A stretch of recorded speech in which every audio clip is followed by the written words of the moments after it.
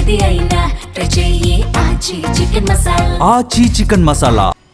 రెండేళ్ల పాలనపై ఏపీలో రాజకీయం రగులుతూనే ఉంది. వెన్నుపోటు అంటూ వైసీపీ, విజయోత్సవం అంటూ కూటమి, మోసపూరిత పాలన అంటూ వైసీపీ, విధ్వంసం నుండి వికాసం వైపు అంటూ కూటమి. ఎవరి నినాదం వాళ్లదే, ఎవరి వాదన వాళ్లదే. తిరుపతి వేదికగా కూటమి నేతలు చేసిన వ్యాఖ్యలపైన కౌంటర్స్, రివర్స్ కౌంటర్స్ నడుస్తున్నాయి. సంక్షేమం, అభివృద్ధి, రెండేళ్ల నమ్మకం పేరుతో తిరుపతిలోనే దామినేడు వేదికగా కూటమి నేతలు భారీ బహిరంగ సభ నిర్వహించారు. వైసీపీ పాలనలో ఏం జరిగింది, ఈ రెండేళ్లలో ఏం చేశారు, మిగిలిన హామీలు ఎప్పుడు నెరవేరుస్తారనే దానిపై క్లారిటీ ఇచ్చే ప్రయత్నం చేశారు కూటమి నేతలు. ఈ విషయంలో కూటమి నేతలకు వైసీపీ నేతలు కౌంటర్ ఇస్తున్నారు. మంగళం పాడేస్తామని చెప్పడానికి నేను పెట్టేస్తాను కాదు చెప్పాను. ఎప్పుడైనా తప్పు పెడితే జరిగింది చెప్పుకొని కొత్త ఏదైనా ఉంటే మనం చెప్పచ్చు.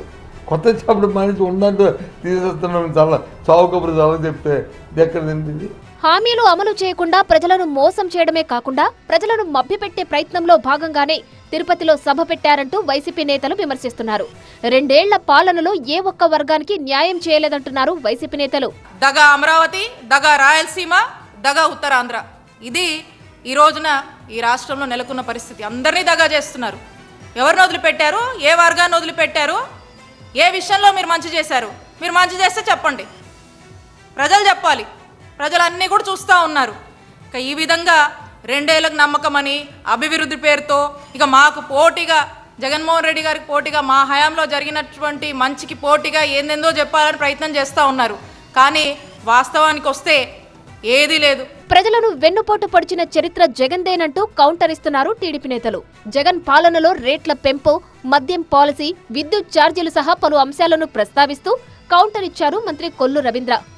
ఈ 2 సంవత్సరాల కూటమి ప్రభుత్వం ఇవాళ చేసినటువంటి పనుల్ని ప్రజల ముందుకు తీసుకెళ్లడానికి ఒక కార్యాచరణ చేసుకుని మేము ముందుకు వస్తా ఉన్నాం. ఇవాళ 5 సంవత్సరాలు ఏమీ చేయకుండా ఈ ప్రభుత్వం నిబద్ధతో ఈ కార్యక్రమాలను చేసుకుంటూ ముందుకెళ్తా ఉంటే దొంగ నాటకాలు ఆడుతూ ఇవాళ గొడ్డల పార్టీ మరొకసారి మనల్ని మోసం చేయడానికి బయలుదేరుతా ఉన్నారు. మొత్తంగా రెండేళ్ల పాలన గురించి వైసీపీ ప్రస్తావిస్తే వైసీపీ 5 ఏళ్ల పాలనను ప్రస్తావిస్తూ కౌంటర్ ఇస్తోంది కూటమి.